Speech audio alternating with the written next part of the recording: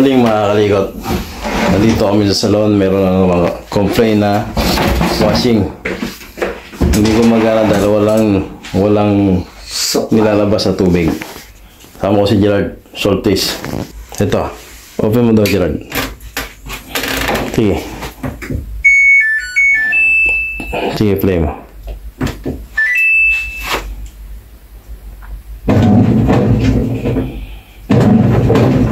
Higop na, higop eh.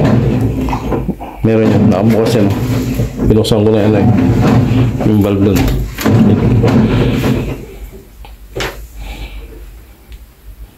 Yun, mga kalikot.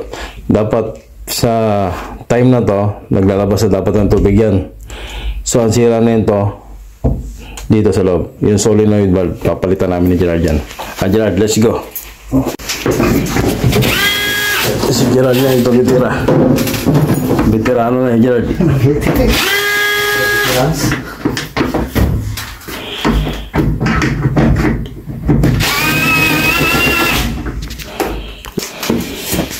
Ito.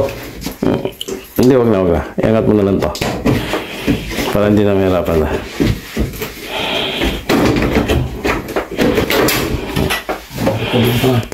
Testin mo itong mga solenoid valve na ito lahat. Tanggalin mo yung mga connection.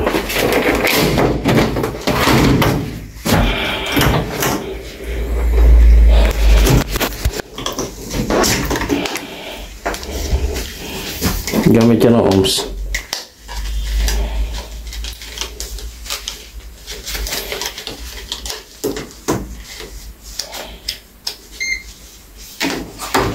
Yung ohms mo.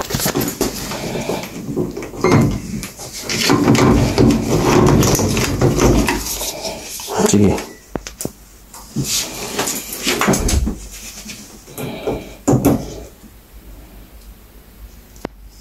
.35, oh yan. Good yan. 4.9 din ako yan. Good yan.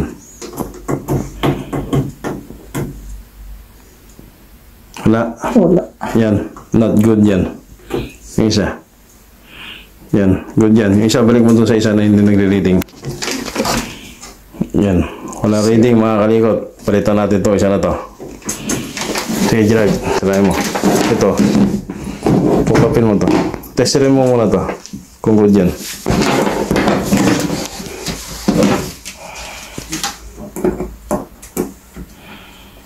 Okay. Good yan. Salpak mo yan. Hindi. Gantoy mo. Sikutin mo dito. Ito ganun. Sige. Yung isa ganun din gawin mo. Sikutin mo rin yan. Uy, ayaw ang bukas ah.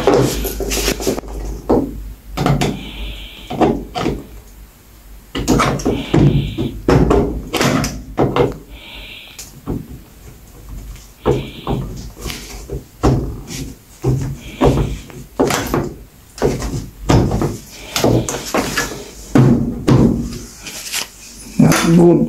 Tagilid din ah. Okay na? Okay. Sige. Balik. Salpak mo.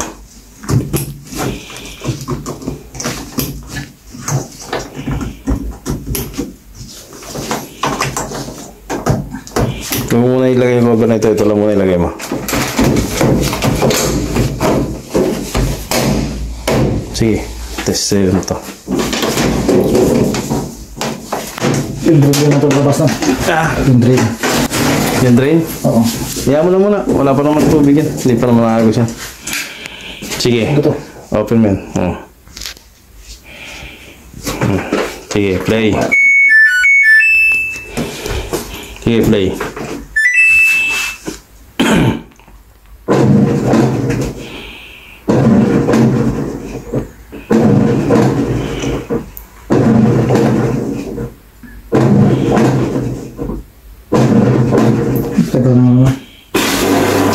Okay mga kalikot.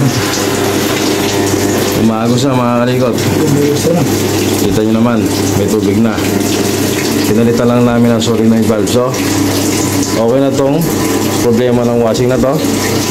Kasi yun lang yung problema niya. Hindi na nagkakarga ng tubig. Pero nag-i-spin naman siya. So, mga kalikot. Hanggang sa susunod mga kalikot.